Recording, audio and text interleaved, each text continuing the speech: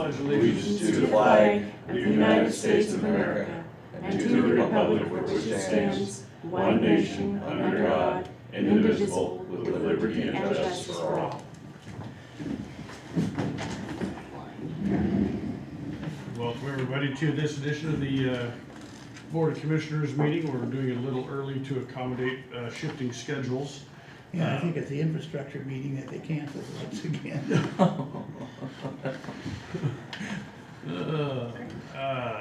We'd like to remind everybody that this is a public meeting and we are being recorded via audio and visual as well, video. And please address the board when you come up with your name and address. Awards, recognitions, and correspondence. I have none. None for me. Do you have any? I'll save some comments for the end. Okay, thank you. And approval for the previous minutes. There are none. No minutes. No, I don't see them. No. it's not. I'll remove my move. Okay, remove your move. Any additions to the agenda? Number 15, the ARA funding discussion has been added to the agenda that is on the screen. Okay.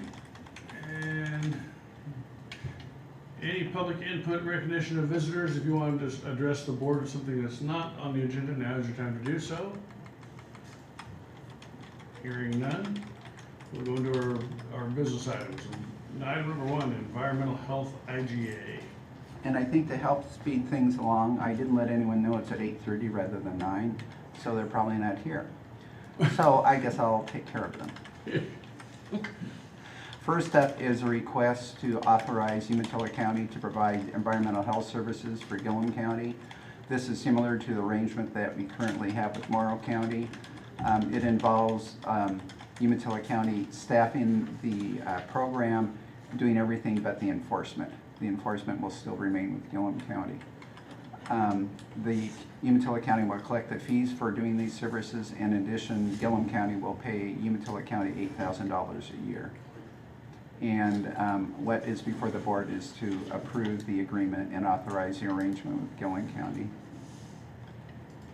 Well, as a great proponent of regional services, particularly because we're less big and some of those are small, I'll make the motion.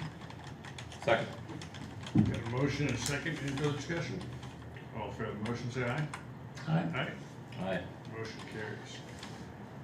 The next item is also from the Public Health Department. It is a request to renew another contract for radio ads and social media with Alcorn Media Group.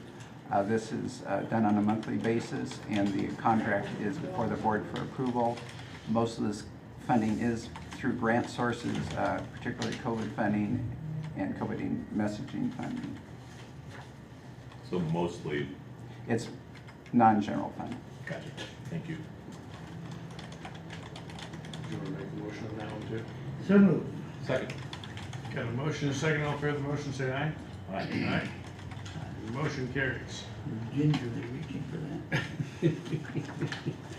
Sheriff's purchase. The sheriff is requesting authorization to pay for 9 bulletproof vests. The amount of the payable is $12,307.48, and due to the amount, it is before the board for approval. Move for approval. Second? Motion and second. All in favor of the motion, say aye. Aye. Motion carries. Stanfield Payment. I can't click fast enough. This is a request for a payment to the city of Stanfield. Some time ago, Umatilla County employed one of the former employees for law enforcement from the city of Stanfield.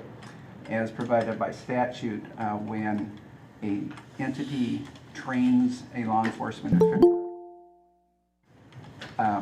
there is a period of time that a new employer has to reimburse the previous those training costs. And in this case, this employee that was hired did have some training costs paid by the city of Stanfield, and so the request is to pay for the city to reimburse them for the training in the amount of $13,303.29. Did this come out of the same file as the depot transfer? Pretty close. Close. It has been going for some time. Yeah, it's nice to get it cleaned up for sure. Yeah. I would move for approval. Second. A motion and a second, all in favor of the motion, say aye. Aye. Aye. Motion carries. And maintenance payable. I heard someone join, but that was not. Greg Siller. Oh. Okay. What's before the board is a request to make a payment to Pendleton Floors for $9,814.13. This is for flooring at the new maintenance facility, and it's before the board for the dollar amount for approval.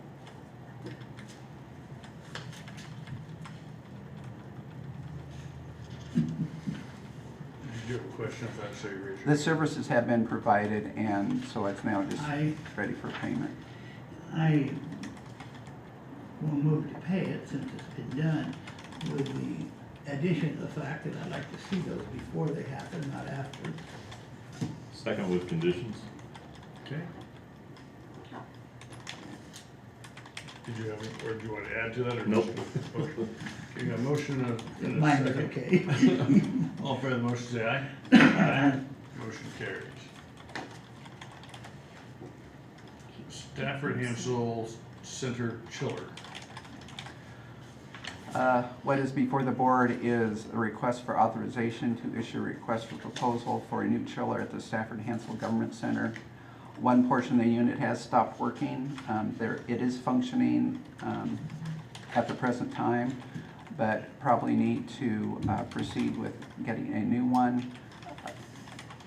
The current one can be repaired at substantial cost, and due to the age of the chiller, the recommendation from the department is to install a new chiller at the Stafford Hansell Government Center. And so this is just the request for proposal issuance. I would recommend approval with the addition of a not to exceed $125,000 without coming back to the Board of Commissioners. It will come back for the Board of Commissioners for actual approval for any type of contract. So do you mean the contract, or? I'd like to see the RFP with it. With the not to Okay. exceed actually with in the it. not to exceed in the, yes, Okay. in the proposal. Second? Got a motion and a second, all in favor of the motion, say aye. Aye. Aye. Motion carries. Hermiston Facilities Lawn Maintenance. What's before the board is discussion and possible authorization to see other options the county may have to perform lawn maintenance services at the Hermiston facilities, specifically the Stafford Hansell Government Center and the Sam Cook Building. Due to some staffing issues, current staff is not able to keep up with the work, and we have, as has been the practice, sought employment of temporary employees to do this on a seasonal basis, and although we've had applicants, we've not been able to fill the position. Most of the applicants never show up for their interview because they have found other jobs. So what we're seeking is possibly contracting this out with a professional services or possibly with the city of Hermiston. And so what's being requested is allow staff to proceed and see what alternatives can be found. I appreciate the ability of the discussion to be a little bit innovative on this because of the condition of Stafford Hansell right now. I would move for approval. I would second it with the provision that they consult with Commissioner Dorn as they proceed with this action. Okay, got a motion and a second, any further discussion? All in favor of the motion, say aye. Aye. Aye. Motion carries. Okay, budget well, before we do that, I see Captain Wolverton has joined us. Before you get up, Captain, I just want to make sure we started the meeting a little early. We've already approved the purchase of the vests, Oh, okay. if that's what you're here for. It is. I didn't want to waste your time, sir. Thank you, gentlemen. Yes, that's what I'm here for. Well, Okay. congratulations. Thank you very much, Yeah, Captain. easiest one yet. Don't get used to it. You can go back victorious. All right, sounds good. Thank you. Thanks, Paul. Okay, budget transfers. Good morning, Commissioners. Robert Paul, CFO. We have several appropriation transfers ahead of you this morning. I'll give you a summary of those. Budget Order 2022-58 General County Program requires a transfer of appropriation to appropriate funding not known at the adoption of the budget. This requires an increase in transfers out of $140,000 and a decrease in contingency of $140,000. Budget Order 2022-59 Parks Program. The Parks Program requires a transfer of appropriation to appropriate funding not known at the adoption of the budget. This requires an increase in personnel services of $10,000 and a decrease in contingency of $10,000. Budget Order 2022-62 Emergency Management Grant Program requires a transfer of appropriation to appropriate funding not known at the adoption of the budget. This requires an increase in capital outlay of $10,000 and a decrease in contingency of $10,000. The On-Site Septic Program Budget Order 2022-63 requires a transfer of appropriation to appropriate funding not known at the adoption of the budget. This requires an increase in materials and services of $13,000 and a decrease in contingency of $13,000. Budget Order 2022-65 Stimulus Reserve Program requires a transfer of appropriation to appropriate funding not known at the adoption of the budget. This requires a decrease in capital outlay of $140,000 and an increase in transfers out of $140,000. Budget Order 2022-66 Board of Commissioners Program requires a transfer of appropriation to appropriate funding not known at the adoption of the budget.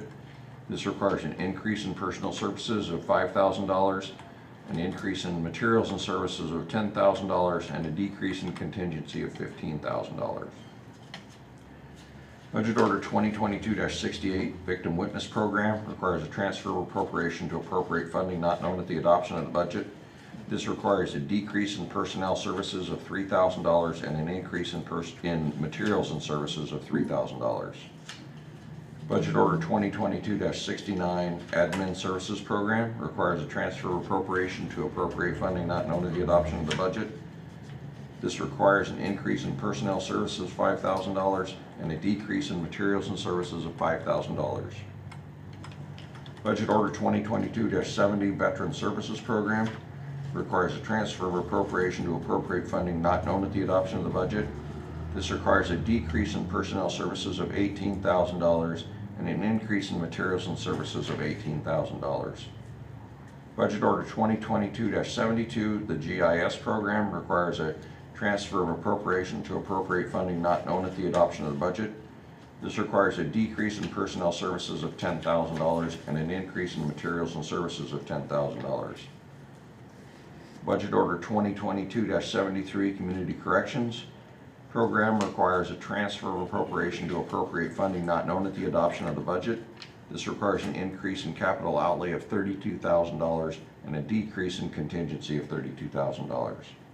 And Budget Order 2022-74 Fleet Management Program requires a transfer of appropriation to appropriate funding not known at the adoption of the budget.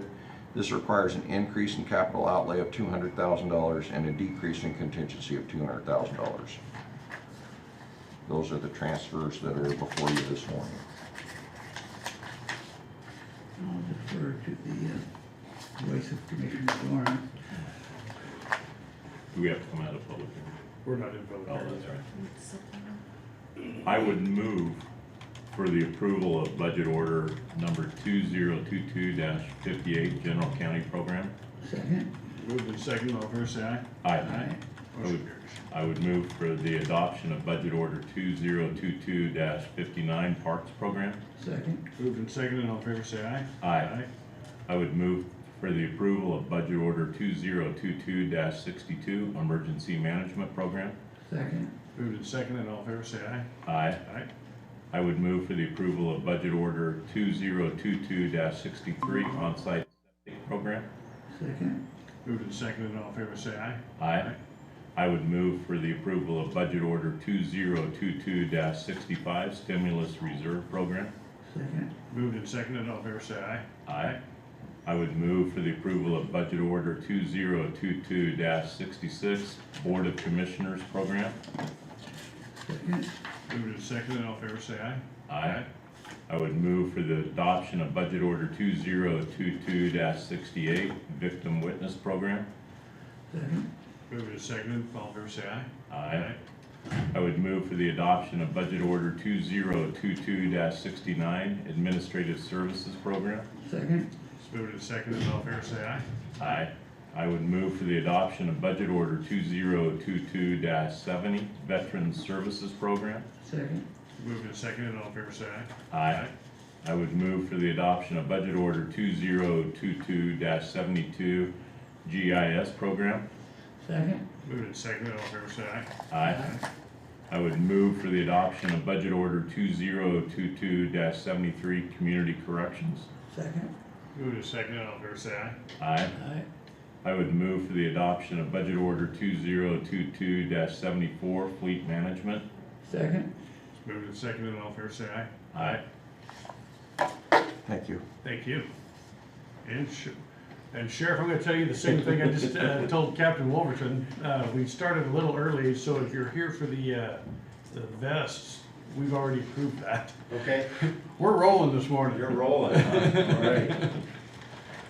I was here for the Stanfield. They approved it too. We approved that one too. Okay. Did you have anything to add to that?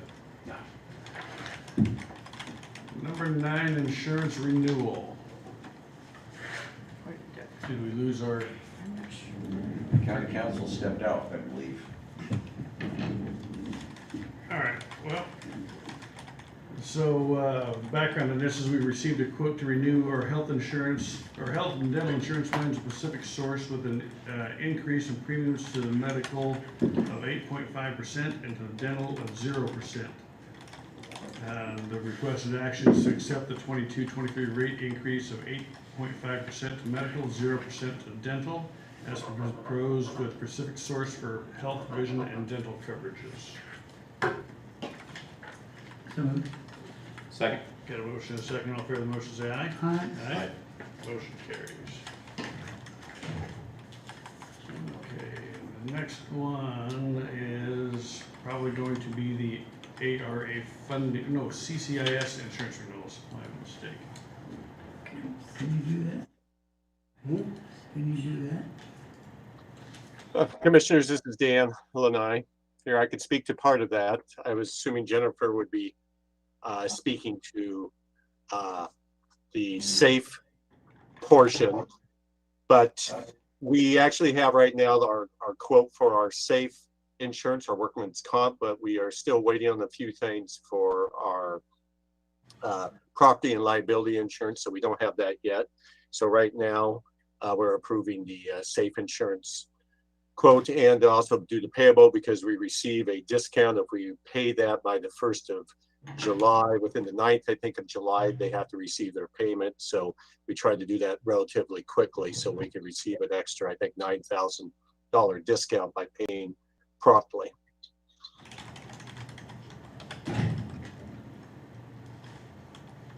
Okay, so I believe so the requested action now is to continue a current liability insurance coverage through city county insurance services. Are these all 3 separate actions? Yes. Okay, so we need 3 separate motions. For these. And I see Jennifer just walked in, and I apologize for the short notice, but did you want to speak to SAFE or anything like that? I can speak to SAFE. I was the health insurance renewal. That's what I was. Am I late? We passed that one already. Oh. I'm gonna go back. Not her fault. Questions? Go ahead. I'm gonna go back to what Dan just referred to. So his comment was that we haven't received the liability quote yet. Is that correct, Dan? That's correct. We should be receiving it within the next week or two. Oh, I guess I'm a little stumped there. We wouldn't want to approve that before we got the quote, right? Or do we know what the quote's gonna be, or? Well, We don't know the amount, but they are basically the only insurance that we can actually get in the state of Oregon, basically the only carrier that we can really get. So there's not going to be a different carrier quote. It's just going to be the quote from them. And we can't really negotiate that dollar amount. So.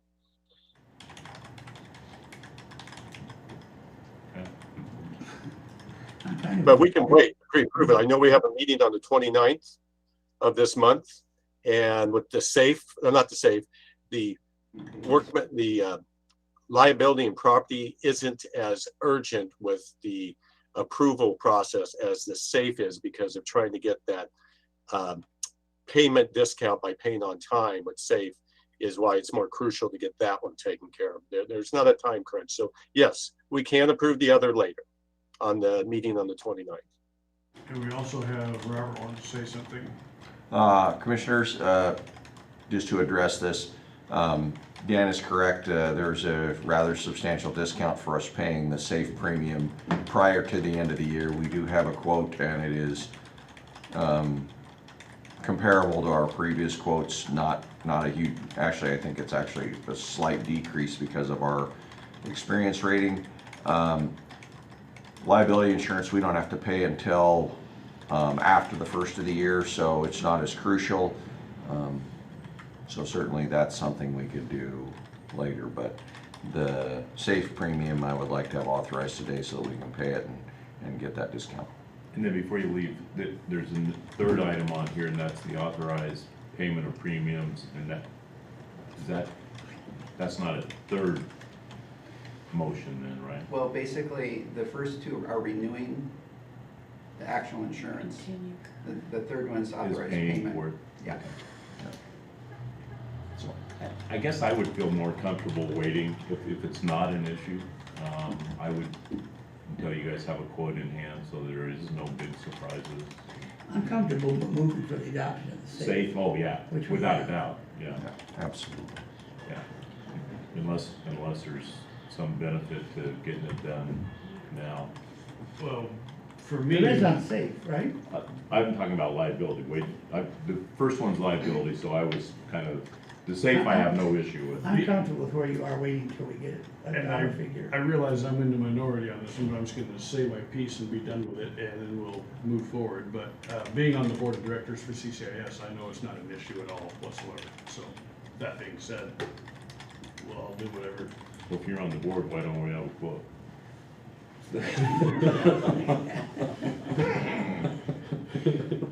I have a motion. Go ahead, what's your motion? We could just do option 2 and 3 there, then approve the safe, and 3 to authorize payment for safe. Okay, got a motion, did you second that? Yep. Got a motion and a second, all in favor of the motion, say aye. Aye. Aye, motion carries. Thank you, Commissioner. Whatever you guys want to do. Two actions or Could we? There were supposed to be 2 action items. I would move for the authorized payment of the premium for safe. Got a motion and a second, all in favor of the motion, say aye. Aye. Aye, motion carries. Point of order. Please. Could we move to item 15? I was already going to do that. Well, good, that's good. There you are. We can't do the others. It's not 9 o'clock yet. Sure. I know. So we will skip down to item, before we skip, I'm going to give my same spiel to Mr. Tanner. We've already approved everything that you're looking for, I'm assuming. So you can. Thank you, sir. You can go back to work. I will go work. Thank you. Okay, ARA funding discussion, item number 15. The reason I put that on there, it's not an action item, but it's a discussion item.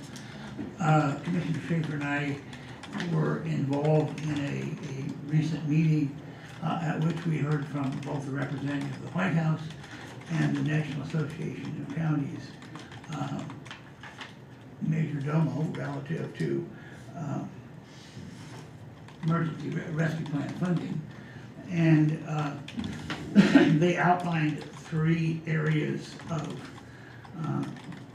issue or concern that they would like to have addressed.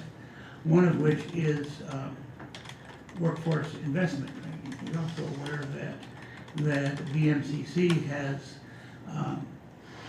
or is having some significant funding problems. I noticed the other day the Morrow County Commissioners redirected their Amazon money back to BMCC, but I'd like to have us explore. What, Are you shrinking? yes, I see it's going down. I'd have a conversation to explore anything we might possibly want to do with it, emergency funding relative to workforce and skills at BMCC. By utilizing those rescue dollars. Yeah. Yeah. But I'm not asking for action today. I think it's a great conversation, Commissioner Murdoch, and I'm glad that you brought it here. You know, I was just looking at today's Columbia Basin economic indicators that just came out this morning, and it's hard not to look to Blue Mountain to try and match some of these needs in the county. I know that Blue Mountain does just a great job of, first of all, developing an undergraduate transfer program, but also they have some targeted vocational programs, whether it be the unmanned drone programs, the Amazon wire twisting program, the program with the precision egg. So they have a lot of targeted programs. It would be interesting to me to sit down with President Browning and see what opportunities there are for us to look at. I see we have Sheriff Rowan here today. You know, Blue Mountain used to have one of the most premier public safety programs basically in the state and in the Northwest. The highest demand position right now is a truck driver. And if you drive through Hermiston right now, they have a billboard that has, Walmart Transportation has a billboard that says starting wages on $85,000 to $110,000. Those are skilled wage positions.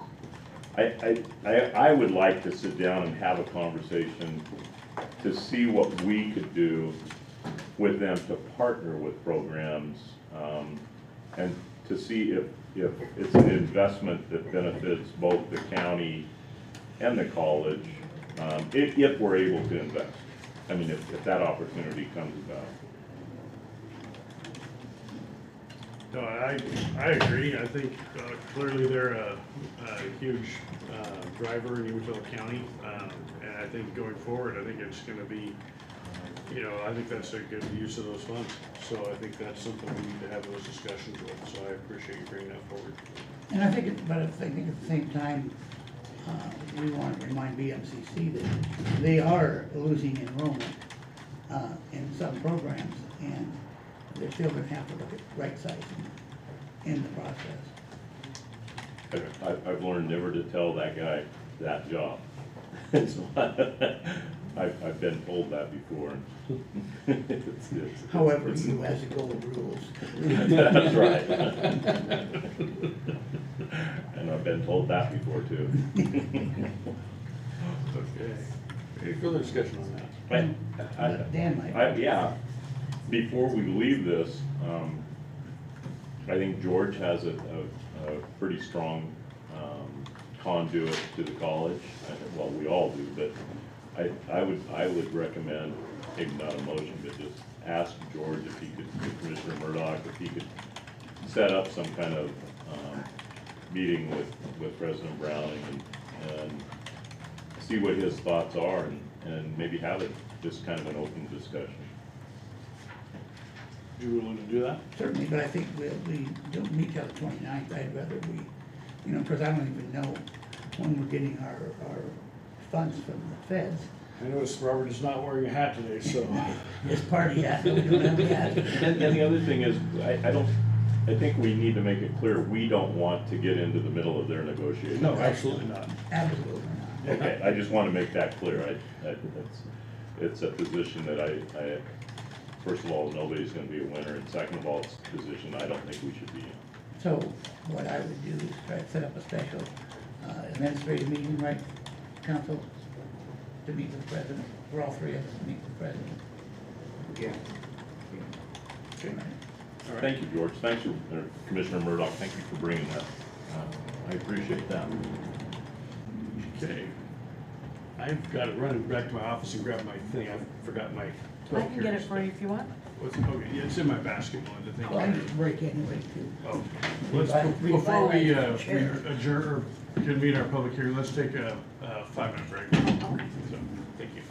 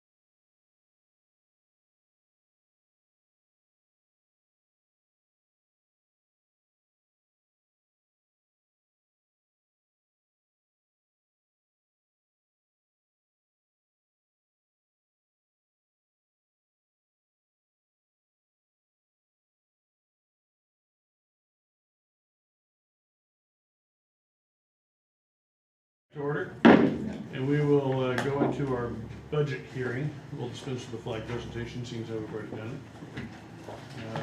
Robert, take it away. Good morning, Commissioners. Robert Paul, CFO of Umatilla County. Before you at this hearing is the adoption of the, or potential adoption of the 2022-2023 budget. Was approved, the budget before you was approved at our budget committee hearings back in April.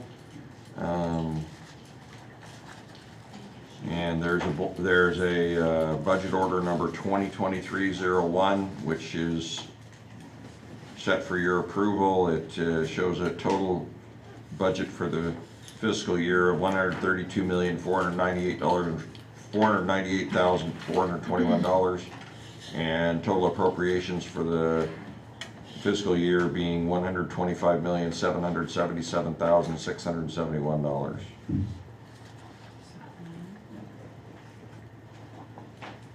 Any questions for Robert? No, we point out this is the result of exhausting budget hearings or meetings with the budget committee. Absolutely. May I make a motion to adopt? Entertain a motion. I certainly will. I'll make a motion to adopt the 22-23 budget. This is a After we public. come out of public hearing. See if there are any other public comments. So let's, do we have any public comments on the budget? Okay, hearing none, we'll come out of public hearing mode. At which point I'll remake the motion. Second. Got a motion and a second, all in favor of the motion, say aye. Aye. Motion carries. We'll go back into public hearing mode for our supplemental budgets, which, Robert, that's you again. Yes, sir. Robert Paul, CFO. This morning there appears to be 6 supplemental budgets before you this morning. I'll summarize them for you. Budget Order 2022-57 for the Public Health Program requires a supplemental budget to appropriate funding not known at the adoption of the budget. This requires an increase in local revenue of $28,000, an increase in state revenue of $37,000, an increase in federal revenue of $40,000, an increase in materials and services of $65,000, and an increase in contingency of $40,000. Budget Order 2022-60 for the dispatch program requires a supplemental budget to appropriate funding not known at the adoption of the budget. This requires an increase in transfers in of $100,000 and an increase in materials and services of $100,000. Budget Order 2022-61 Economic Development Program requires a supplemental budget to appropriate funding not known at the adoption of the budget.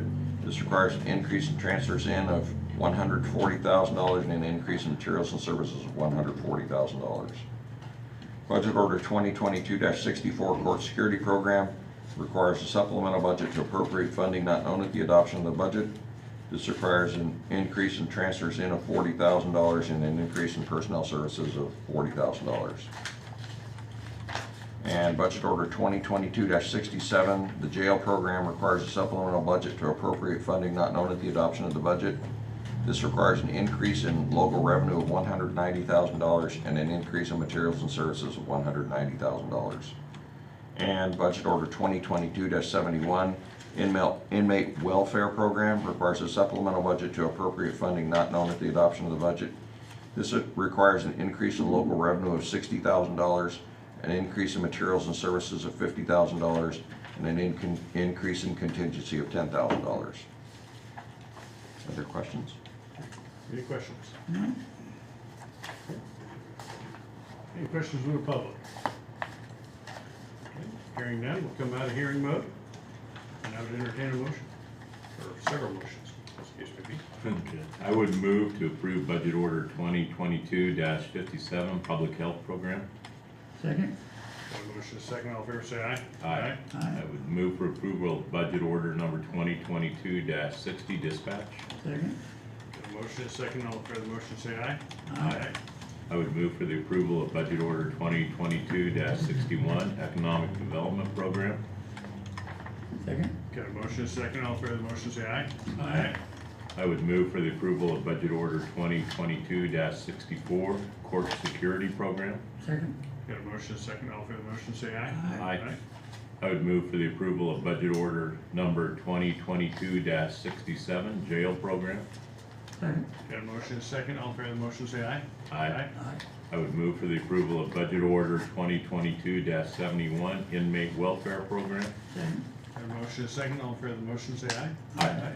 Motion carries. Mr. Chair, we called for public input at the start of the meeting, but we've been joined by a number of guests. Would you mind calling for that again? Absolutely. There may not be any. Yeah, and there may not be any, but due to our modified agenda, we did do a public input, and if you had something that was not on the agenda, we offer time to speak to that. And I will offer that again if anybody has anything that's not on the agenda, if they want to have a chance to address the board, now is your time. Okay. Seeing none, we'll go back into public hearing mode. This is item number 13 on the agenda, of the Rock Quarry Site Amendment presentation.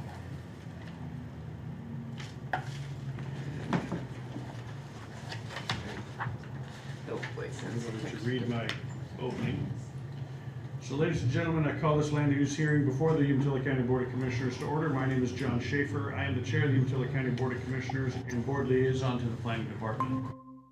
Our role today is to conduct a public hearing concerning a request to expand a previously approved aggregate quarry, Rocket number 2 quarry, and add the site to the Umatilla County Comprehensive Plan list of goal number 5. Protected significant sites and apply the aggregate resource overlay zone to the entire quarry site. The property site is comprised of several tax lots located southeast of the Interstate 82-84 interchange. The site is identified on Assessor's Map as Township 4 North, Range 27 East, Section 36, tax lots 400, 500, 600, 700, 800, 1400, and 1500, and Township 4 North, Range 27 East, Section 25, tax lot 900. The site is approximately 140 acres and zoned exclusive farm use. I will begin the hearing by asking staff to summarize the application. I will then ask the applicant to testify, followed by those in favor of the application. Then, any persons in opposition or who have questions or concerns will also have a chance to speak. If there is an opposition or questions, staff may respond to them. The commissioners also may ask the staff and witnesses questions throughout the hearing until the record closes. Any person with an interest in today's agenda may offer relevant oral and/or written testimony, but please only speak when I identify you for that purpose. When you testify, please begin by clearly stating your name and address. If you represent someone else, please say so. If you have any exhibits you want us to consider, such as a copy of your testimony, photographs, petitions, or other documents of physical evidence, please provide it to me or to the staff. It will be marked as part of the record.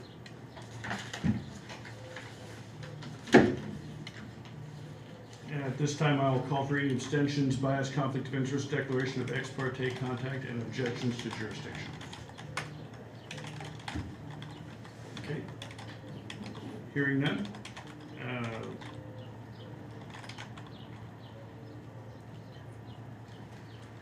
So the following declaration is required to be read prior to the beginning of the hearing. The agenda identifies the applicable substantive criteria for evaluating the request. Staff will review these criteria. All testimony and evidence must be directed toward these criteria. Failure to raise an issue of sufficient detail to afford the decision-making body and the parties an opportunity to respond to the issue precludes appeal to the Land Use Board of Appeals based on that issue. At this time, I'm going to call for the staff report. Thank you, Commissioners. Good morning. Megan Dobchevsky, County Planner. This request before you today is pretty lengthy. It's a comprehensive plan amendment to add this site as a large, significant, protected Goal 5 site to the County Comprehensive Plan.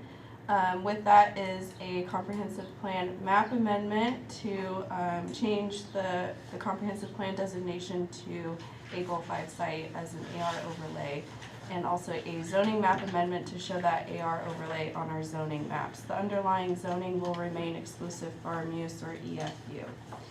Previously, the existing site was approved under a conditional use permit in 2012. At that time, it was just a small significant site. The applicant would wish to continue the existing activities which were approved in this 2012 CUP while expanding the mining area to excavate aggregate, batch that aggregate for various commercial and industrial projects, stockpile unused aggregate material for current and future use, and process the aggregate into both asphalt and concrete. Both sand and gravel materials are available on the site. The applicable criteria of approval are found in Oregon Administrative Rules 660, Division 23, Sections 40 through 50, 660, Division 23, Sections 180, subsections 3, 5, and 7, and the Umatilla County Development Code, Sections 152-487 to 152-488. The process of approval by the county involves review by the County Planning Commission with a recommendation to the County Board of Commissioners. A public hearing was held before the Planning Commission on April 28, 2022, and that is a typo in the memo. It says January, but it was April 28th. The Planning Commission recommended approval of the plan amendment, text amendment, and zoning map amendment with some additional amendments to the findings. The recommendation includes striking subsequent conditions number 2, 3, and 4, and adding a new subsequent condition number 11.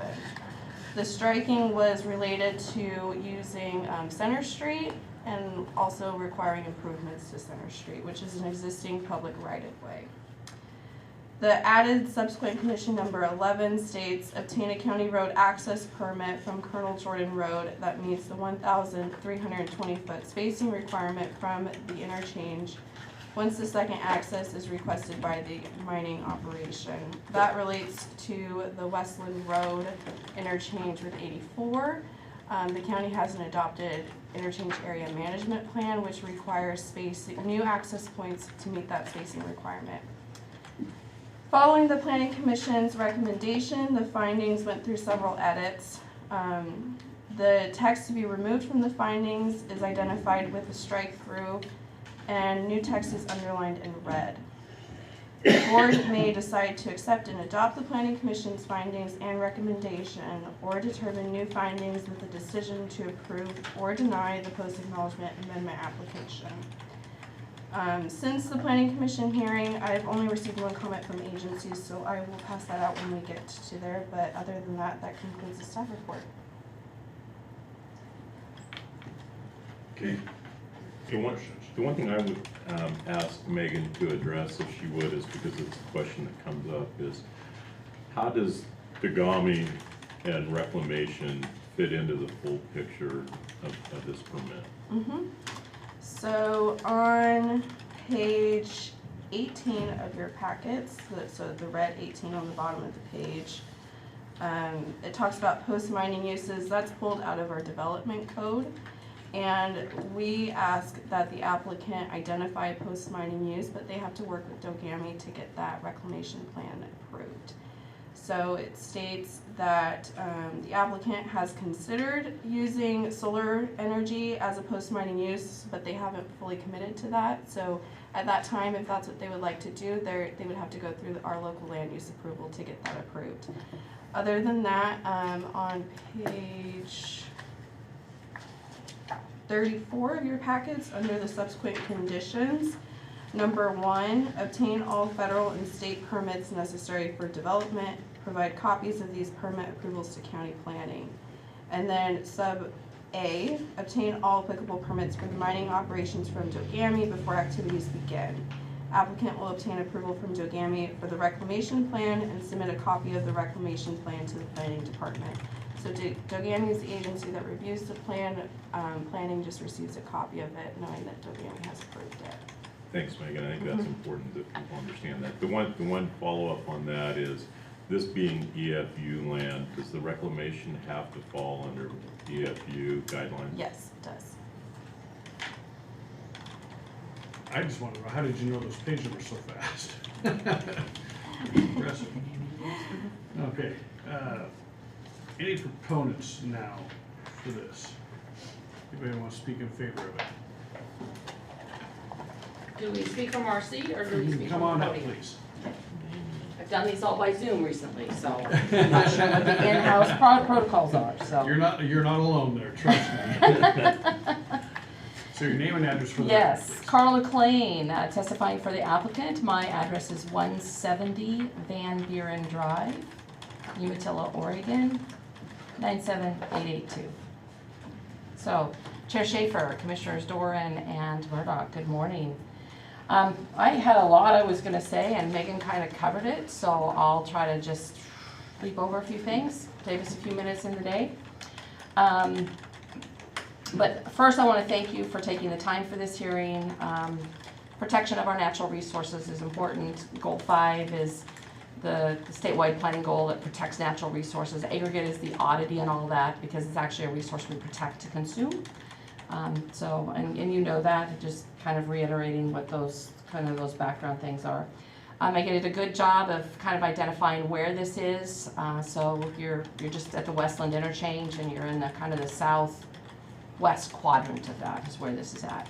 If you drive by very often, you've seen a blue building out there, and that is the current office for the currently approved mining operation. It was approved in 2012 and has been operating for several years now with no conflicts with the surrounding area. The Planning Commission has forwarded this to you with a unanimous recommendation of 8-0. I think that says a lot. The approval process requires a couple of things. One, you need to deem it significant, and there are 2 criteria for how we get to significance. One of those is quantity, and the other one is quality of rock. And so at 140 acres and some 4.8 million tons of available sand and gravel, it clearly exceeds the requirements for quantity. And quality, it was tested in 2010, and the information, the evidence in the record shows that it meets the ODOT standards for soundness, durability, and specific gravity. So based on those things, deeming this significant and changing that designation from the current small significant to large significant, small for a portion of it, and replacing that with a large significant determination for the whole, I think is easily supported in the evidence. Part of the process the applicant is required to go through is the EASY analysis, EASY standing for economic, social, environmental, and energy. That is available. We provided it in the application. It is reiterated in the staff report. We've identified what those potential conflicting uses are. The applicant's concern is obviously about residential uses or social gathering uses. This is not unlike other applicants who've been here before, and my guess will be here again, to limit those conflicts between what they're doing with the mining operation and those folks that are around them. The applicant is not asking for those uses to not be allowed, but just for those applicants who may cite those types of things within the impact area to be made aware and sign a remonstrance agreement saying that they waive their right to the activity. The Oregon Administrative Rule requires counties, jurisdictions to have a program to achieve Goal 5. The staff has recognized that their development code and is not as up to date as state rule would like it to be. We've worked with them in the past and are working with them in this particular instance to find a mechanism to map the area and to protect those, to place a condition that future activities would be asked to sign that remonstrance. So that's a mechanism to implement your Goal 5 program. Your code does allow for the aggregate resource overlay zone, and we are requesting that that be applied. It's kind of it's a requirement, so we're looking for that to be applied. So in conclusion, we're asking for a couple of things. As I've stated before, we're looking for it to be listed in your comprehensive plan as a significant site. We're asking for the aggregate resource overlay zone to be applied, and to amend the comprehensive plan map by mapping the impact area, and through that mechanism asking for the Goal 5 program to be implemented by asking for that waiver of remonstrance from future potential conflicting uses in that impact area. I want to address your question about dogami. The applicant has a current dogami permit. It's in place and in force on the portion of property that has already been approved. Once this action is completed here, The applicant will be working with Dogami to amend that Dogami approval to cover the entire site. There's probably 50 years of rock in that site, maybe more.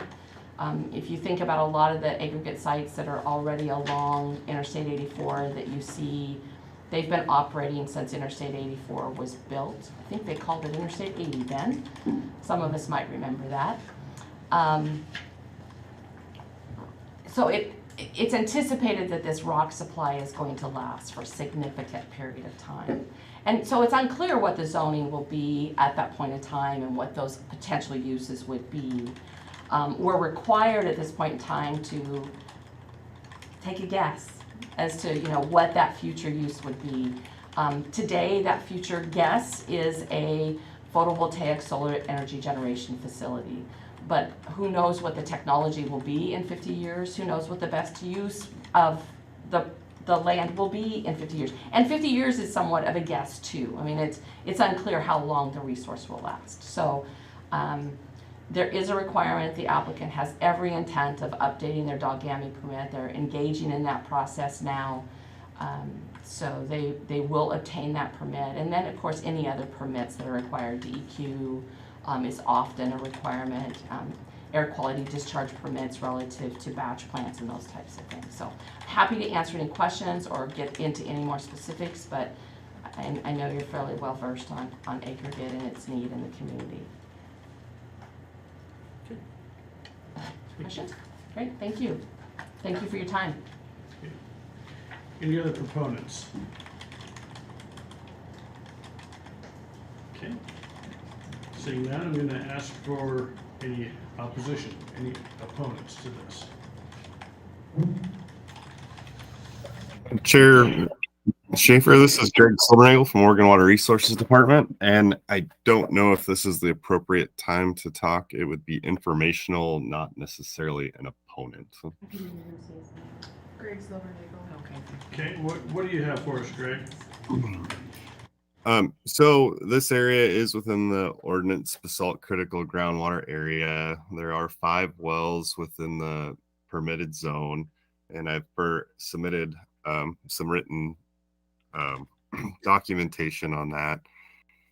So I'm just here for, I guess I'd like to just publicly acknowledge that the wells need to be abandoned appropriately, and we will work with the landowner on that.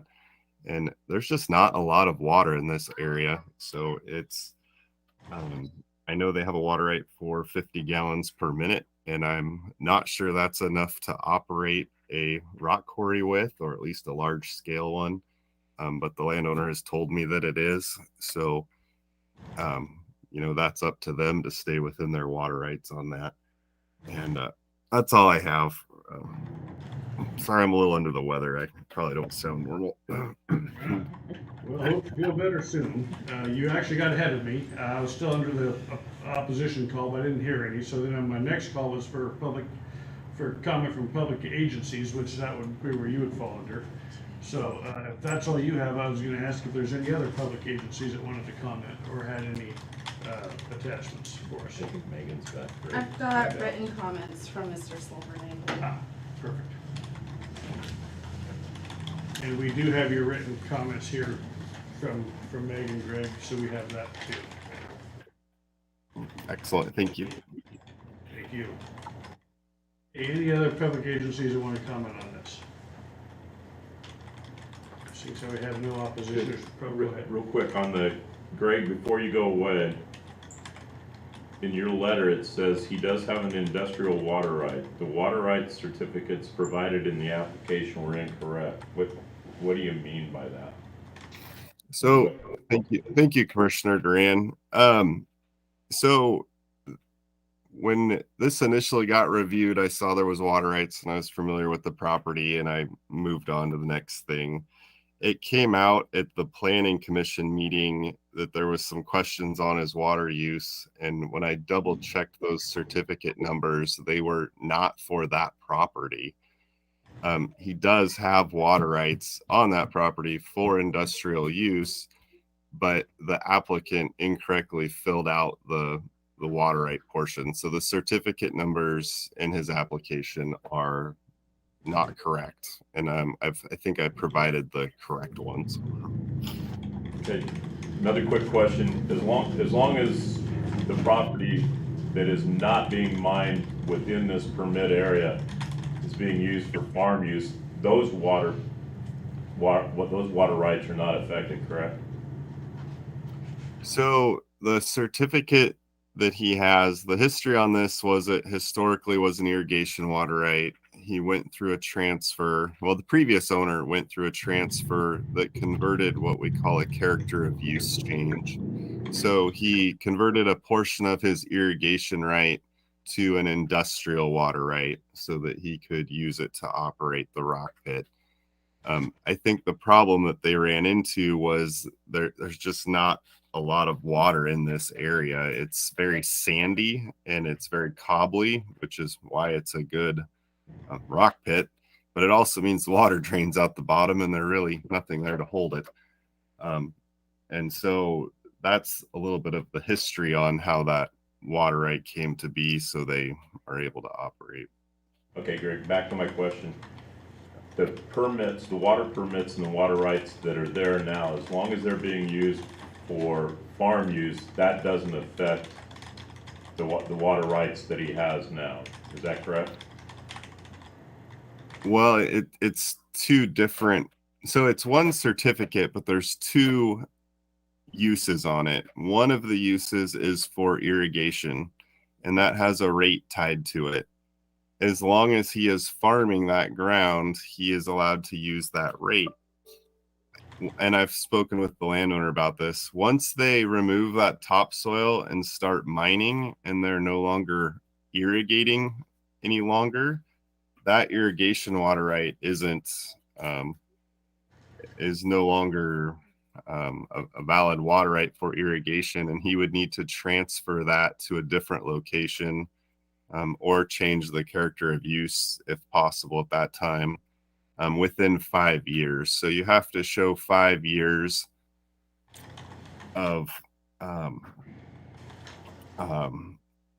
you have to show use within the past 5 years, beneficial use within the past 5 years in order to transfer it. And so I've talked to them about that with his consultant and said, hey, when you guys get into full production, and if the irrigated land goes out of production, it's in your best interest to transfer those water rights to a different location so you don't lose them. Not to drag this out, Greg, I guess I'm still confused. So if they say they start mining 40 acres out of the remaining 110, does that mean that 70 acres is still available for irrigation rights? That is correct. So he would be farming the 70 and he would need to transfer the 40 to a different location, or it would be lost. It could become canceled. Thank you. Okay. Thanks, Greg. Any other public agencies on the line? Okay. I don't see a need for rebuttal.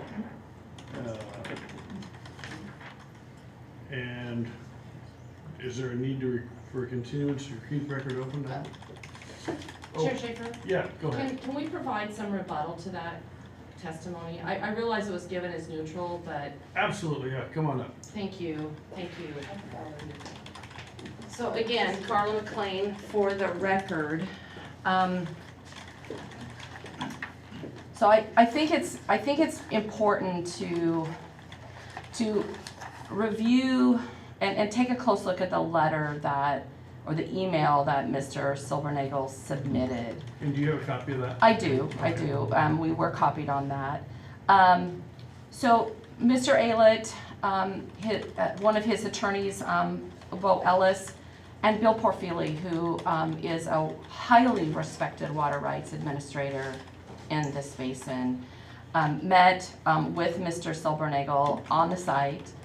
There was discussion and agreement as to what would happen.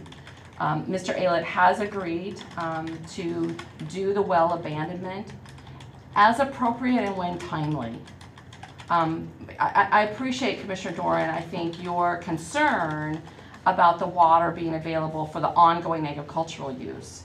Mr. Aylett has every intent of continuing to farm what's farmable, but water is limited, and there's a recognition of that. And I think that's part of the reason that you see some of these agricultural operations try to figure out how to, what is the next best way to earn an income from our land, and they seek those places where water rights have some limitations, and there is an aggregate source. And the I-84 corridor is a prime example of how that's happened.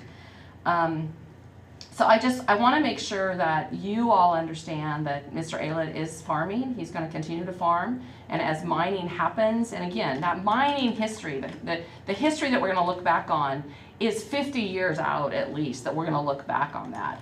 And he has clearly agreed to, he's engaged with probably the best water rights administrator in the area to identify what needs to happen and when it needs to happen.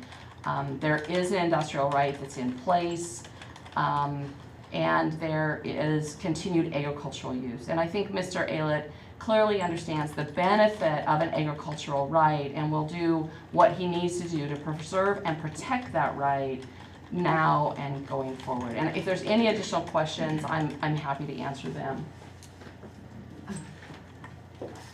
Too many girls. So, Wendy Kellington, I'm an attorney for the applicant, P.O. Box 159, Lake Oswego, Oregon. And so I think you guys get all of this just from your discussion, and I know you've done a lot of this stuff with aggregate sites, but sort of the important things are that this is a significant site for the entire property. Eventually, the idea is that it will all be mined. At the time when the part that's currently being farmed is ready to be mined, those water rights will be transferred. Those agricultural water rights will be transferred, as Mr. Silbernagle described. But the other really important facet of this that I'd love to have you just make sure you keep in your mind is that there is an existing industrial water right as well as the ag and so eventually the ag ones will be transferred, I think. Any other questions for us?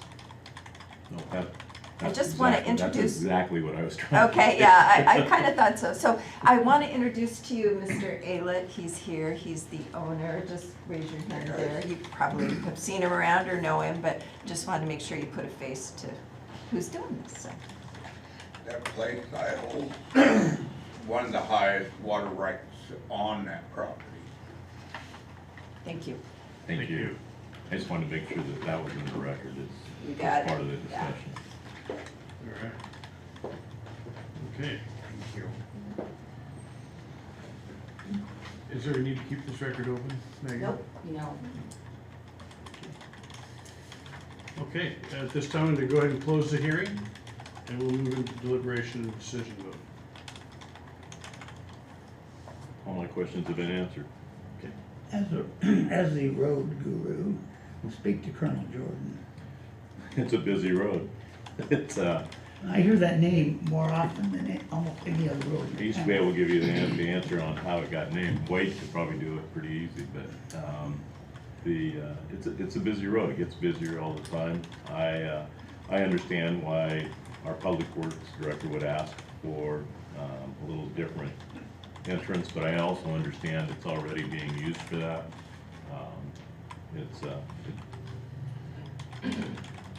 It definitely is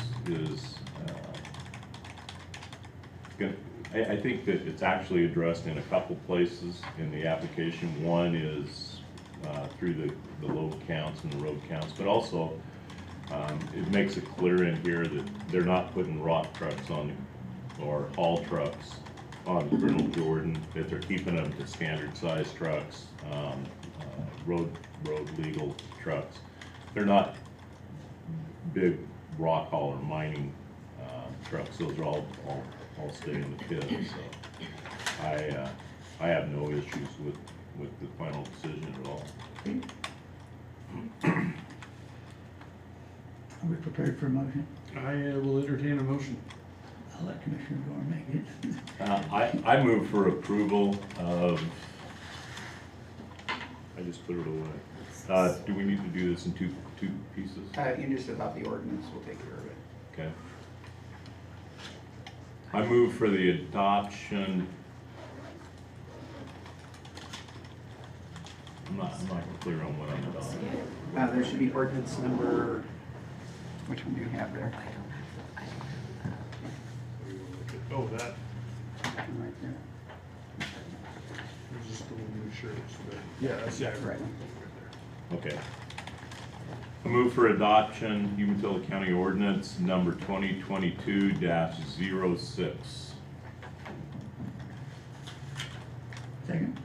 Got a motion and a second. Any further discussion? All in favor of the motion, say aye. Aye. Motion carries. Thank you, everyone. I thank you guys.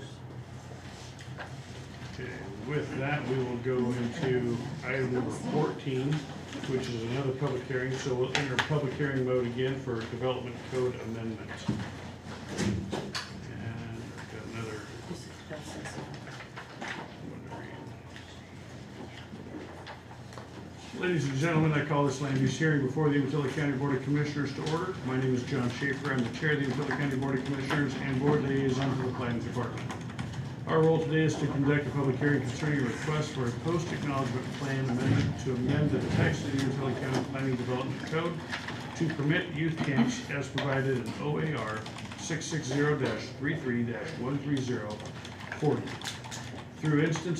through issuance of a conditional use permit on land zoned exclusive farm use and grazing farm. I'll begin the hearing by asking staff to summarize the application. I will then ask the applicant to testify, followed by those in favor of the application. Then, if any persons in opposition or who have questions or concerns will also have a chance to speak. If there is opposition or questions, staff may respond to them. The commissioners also may ask the staff and witnesses questions throughout the hearing until the record closes. Any person with interest in today's agenda may offer relevant and oral and/or written testimony, but please only speak when I identify you for that purpose. When you testify, please begin by clearly stating your name and address. If you represent someone else, please say so. If you have any exhibits you want us to consider, such as a copy of your testimony, photographs, petitions, or other documents or physical evidence, please provide it to me or to the staff. It will be marked as part of the record.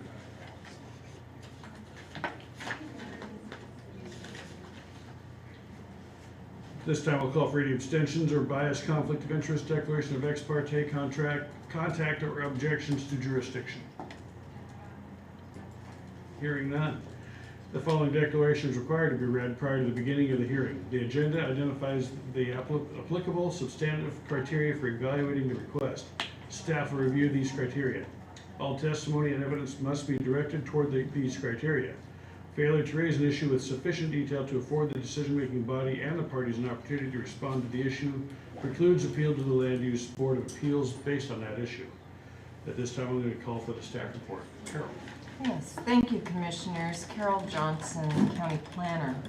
The applicant, Randall and Marie Martin Scout Camp LLC, requests a post-acknowledgement plan amendment to amend the text of the Umatilla County Development Code to permit youth camps on lands zoned exclusive farm use and grazing farm as provided in Oregon Administrative Rules, Chapter 660, Division 33, Section 130. Oregon land use allows for a youth camp as a conditional use permit in both the farm and the mixed farm forest zones. However, this use has not been previously adopted and added into the county's development code, thus the applicant's current request before you today. If the applicant's amendment request is adopted to add youth camps as an allowed use, then a subsequent application for a conditional use permit could be submitted by the applicant. Therefore, today, a conditional use permit application is not before the board for a decision. Umatilla County Development Code Sections 152750 through 152755 govern the local amendment and application process, a process that includes 2 hearings, one before the Planning Commission and one before the Board of Commissioners. The amendment process is legislative, and the first hearing before the Planning Commission was held April 28th and resulted in a recommendation of approval to the Board of Commissioners. The Commissioners' packets include a memo, copy of the proposed code language, draft findings, the applicable Oregon administrative rules, and one emailed comment from ODOT in support of proceeding with the amendment request. Your packets also include a copy of the April 28th Planning Commission minutes. At this time, this concludes my presentation. However, the applicant's representative, Patrick Gregg, is here today to address the board on behalf of the applicant's request. If you have any questions about the packet materials or what you've read, I'd be happy to add to that and answer what I can. Thank you. Any questions? No. Okay, at this time we call for any proponents, the applicant and a representative, and any other proponents. Good morning, Commissioners. My name's Patrick Gregg. I'm an attorney at Corey Byler Rue in Pendleton, and I represent Randall Marie Martin Scout Ranch LLC. My business address is P.O. Box 218, Pendleton, Oregon. Thank you for the opportunity to speak to you today. I'll keep my remarks brief. As Ms. Johnson explained, for us, this is sort of phase one of a two-part process. Our more substantive conditional use application is where we hope to proceed next if we reach a positive result from you gentlemen today. I'll just give you a little bit of background, and then Carl Imhoff, who's sort of the lead volunteer with the Scout Ranch, is here to add some additional comments and background. So we're asking for this change to the code because it's something that's already allowed under Oregon law and administrative rule, and for whatever reason it isn't something that's explicitly called out in the Umatilla County Development Code. We'd respectfully ask that you make this part of the code so that we can then apply for a conditional use permit to operate the camp. Our intention is to operate a youth camp for Boy Scouts and Girl Scouts sort of outside of Pilot Rock on what was property formerly owned by the Martin family. It was actually gifted to the Scouts, and it's presently owned in essentially a joint venture between the regional Boy Scouts of America organization and the Girl Scouts of America organization. And it's a really unique property. Presently it's being used as a working cattle and hunting ranch with leased to an outfitter and leased to a cattle rancher, Terry Anderson, who's a neighbor. And their intention is to continue those activities going forward while also having the ability to formally operate as a camp. Just to address any concerns anyone might have, again, this is a little different from why we're here today, but we're not envisioning or planning a camp that's like what you might imagine in the upstate New York with 45 different cabins and hundreds of kids coming in and out each year or each week. It's really more in the nature of outdoor excursion type activities for scouting, which, as they sort of say, it's scouting is outing. And so small groups of kids who can go out and kind of have a natural experience and get outside and get off their phones and be able to do things. And so that's really the driving force behind this application. Again, Mr. Imhoff, who's the lead volunteer for the Scouts up at the camp property, can give you a little more background, but unless anyone has any questions for me, I would just respectfully ask that you agree with the underlying decision of the Planning Commission and authorize this amendment to the code. Any questions? When you reference outside Pilot Rock, is this on Mackay Creek? Yeah, Okay. exactly. So clear up Mackay Creek, and instead of turning right, you continue on. Yeah, yes. Yeah, it's up North Fork. North Fork of Mackay Creek, yeah. I've been up there a couple times, but I know how to get there. I can't get directions. But I think there's a sign there that says don't go any farther. Yeah. Yeah, it's sort of one of the last properties along that road. It was owned by I think whoever Mr. Martin was, either by will or by a trust or something, transferred it to the Scouts, maybe a number of years ago. It seemed to me that there was maybe some kind of facilities already on it. There are existing. It was a working ranch for decades and decades, if not a century. And so really what's there is all of the ranch outbuildings. You know, Mr. Imhoff can speak to it more, but the original home, maybe some other outbuildings, a barn, corrals, things that you would commonly see with a cattle operation, which I think some of which are still in use because the property is presently leased to Terry Anderson, who's a neighboring, he's the neighbor and he runs cattle on the property and has for a number of years. Any other questions? Thank you for the opportunity. Thank you. Any other proponents want to speak? Thank you for your time this morning. My name is Carl Imhoff. I live at 1201 Landwood Avenue in Richland, Washington, and I represent the Ranch Committee for the Randall Marie Martin Scout Camp. It's hosted by 3 people. I'm the Vice President for Properties, and then it has the head of the Boy Scouts and head of the Girl Scouts on that Ranch Committee. And just following up on what Patrick said, the ranch is continuing to operate in terms of a working cattle activity, hunting. We also do forestry activities mainly to maintain the health of the forest, which covers about 30% of the property. It's on the North Fork Mackay. This is the last left before you hit the final gate.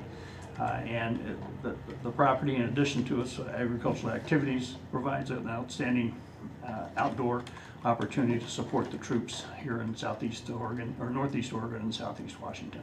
So it's a great opportunity to improve the outdoor component of the program. It's rustic, it's backpacking, day hiking, that kind of stuff, and camping in the corral area.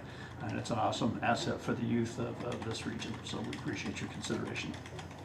So does the ranch committee that you just described, does that receive the revenues generated on the property now? Correct, yeah, in terms of its operating funds. Seems like quite an opportunity. Yeah. I almost want to ask if they have extra pasture. Well, I was just up there yesterday. We still have all our pasture, none of it washed downstream, so we survived the weekend. I made it to the gate over the weekend, and that's it. Thank you. It was roaring. All right, thank you very much. Okay, any other proponents? Okay. How about opposition? Anybody speaking in opposition? Hearing none, call for comments from public agencies. I don't think there are any. Oh, I did get there's a memo from ODOT, and they said they didn't have any objections and to proceed forward. So I'm summarizing it, but that was what's in your packet. That's captured in the findings as well. What's that? That's captured in the final findings, not the preliminary, Okay. which will be before you to sign. Thank you. Can't even think of an ODOT road anywhere near that place. No, but when it comes to transportation, they're often involved, any kind. Including aggregate bids. Not to include sharing the revenue. Exactly. Well, there's that. Okay, call for rebuttal. Probably not gonna get into much of that either. I don't see any reason to call for continuance or keep the record open. So at this time, we will go ahead and close the hearing, and we'll move into deliberation and decision vote. It's not, do you have a copy of it? Dreyer? Perfect. Sure, it's all yours. This right here, I think. So we don't have to have two hearings. Oh. This was the second hearing. Okay, all right, then I move for the adoption of ordinance number 2022-07. Thank you. Second. Got a motion and a second. Any further discussion? All in favor of the motion, say aye. Aye. Motion carries. Okay, so That's in addition to the ordinance. Oh, okay. do we need to take action on this, Carol? It just needs signature Just needs only. autographs.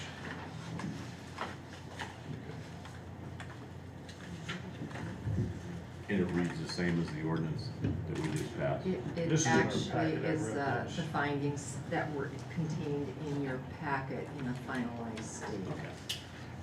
Didn't see that in our packet. So. Did we lose Doug? You have to leave it.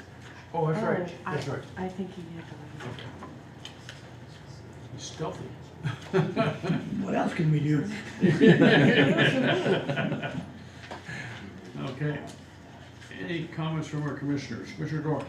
Yeah, I would like to take a moment to recognize I attended a couple of them, but again, I can't tell you how proud I am of Umatilla County and the way they recognized Memorial Day and the full weekend. All the different events throughout the county, but the ability to tour the Wall of Honor at the Hermiston Community Center was brings tears to your eyes. It was quite a event, and it was well attended by the community, and talked to several folks from the Tri-Cities that were there. So really did truly turn into a regional. Could we close the hearing? We did. We did. Oh, We I'm did. sorry, I did not hear that. Sorry. Thank you very much. Sorry. Close the. Good point, though. Yeah. Very good. I will go then. We're efficient. But and then to be able to attend and participate in the services at the Hermiston Cemetery was again just amazing to me how this county and how the communities come out in support of Memorial Day, and it wasn't an occasion where people just came and left. We were probably at the cemetery for an hour and a half after the ceremony and the services, and I think the crowd actually got bigger than smaller. So I just wanted to take a moment to take my hat off to the folks in Umatilla County, because it just makes me that much more proud when I see the participation and the emotions that come out of our folks. That's all I have. I would add to Commissioner Dorn's comment that the very large signage in Times Square that upon which they dropped the ball on New Year's Eve had a picture of Multnomah Falls Wow. playing through the weekend. Very nice. Very nice. You know where that's at? So I want to thank all the first responders over the weekend. You know, we had the flooding event, and I know Commissioner Dorn was in full force on that one. But I want to thank our first responders, our search and rescue team. They did an amazing job with notifications and getting ready to evacuate people if necessary. So Sheriff, thank you to you and your staff for that. And along with Memorial Day, Commissioner Dorn, thank you for your service. Oh, thank you. Our lone veteran on the board, so thank you. But I'm not dead yet. Yeah, well, that's true. Let's save it for Veterans Day. Our time will honor you. All right, with that, we are adjourned. Thank you.